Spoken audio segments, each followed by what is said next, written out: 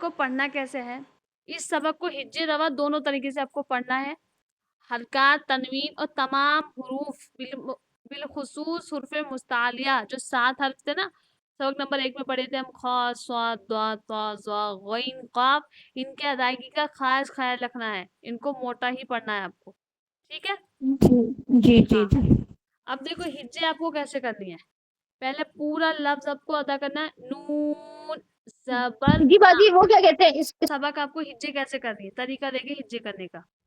پہلے پورا لفظ آپ کو ادا کرنا ہے. نون زبر نا، زا جی زبر زا. حرکت لگنے کے بعد کھینچنا نہیں ہے آپ کو. بار پہلے کھینچنے تو ٹھیک ہے ادا کرنے میں. نون زبر نا، زا زبر زا، نزا نزا، لام زبر لا، نزلا نزلا. ٹھیک.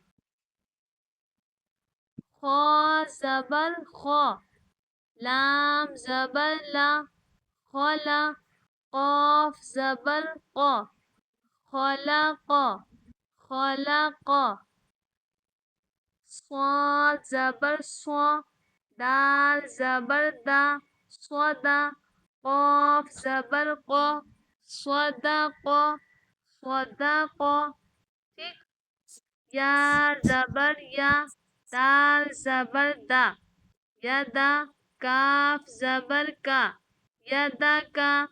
با زبر با، لام زبر لا، بلا.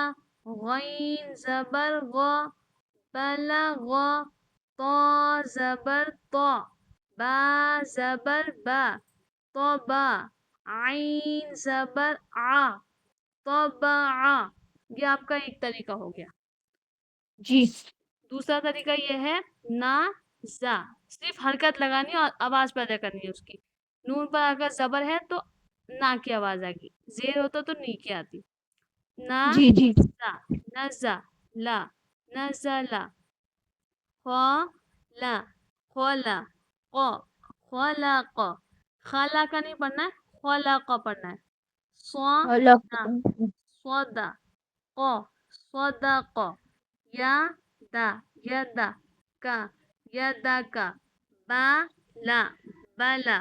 غا بلغ. طا با، طبع. آ طبع. ٹھیک ہے. دوسرا طریقہ ایک دم پورا لفظ پڑھنا ہے ایک بار میں. نزل، خلق، صدق، یدک، بلغ، طبع. ٹھیک. سمجھ آیا کہ آپ کو؟ جی دیکھیں آپ، دیکھو خا جو ہے وہ کیا ہے، مستعلیہ کا ہے. پور پڑھیں گے اس کو. قاف یہ بھی مستعلیہ کا ہے. ٹھیک. اور جی صاد یہ بھی مستعلیہ کا ہے، اس لیے اس کو بھی موٹا پڑھیں گے. قاف جی یہ بھی مستعلیہ کا ہے، اس لیے اس کو موٹا پڑھیں گے. جی غین یہ بھی مستعلیہ کا، اس کو موٹا پڑھیں گے. طا یہ بھی مستعلیہ کا، اس کو بھی موٹا پڑھیں گے. ٹھیک. باقی جی لفظوں جی کو نہ آپ کو کھینچنا ہے نہ ہی جھٹکا دینا ہے.